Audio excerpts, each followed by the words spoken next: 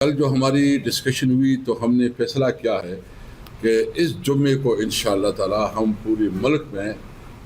جو مہنگائی ہے، جو پیٹرول کی قیمتوں میں بہت زیادہ اضافہ ہے، جو بجلی کی بدترین لوڈ شیڈنگ ہے،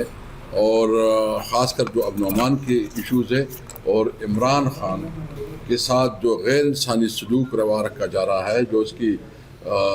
سول رائٹس ہے، جو اس سے ڈینائل ہے، یا اس کی ہیلتھ کے معاملے میں جو حکومت غفلت برت رہی ہے، اس کے بارے میں ہم نے جمعے کو احتجاج کا اعلان کیا ہے۔ ہم نے فیصلہ کیا ہے کہ اگر اس طرح رویہ رہا تو ہم اس پارلیمنٹ کو نہیں چلنے دیں گے۔ آپ دیکھ لیں کہ پارلیمنٹ کی بھی حیثیت نہیں رہی۔ پارلیمنٹ میں جس طرح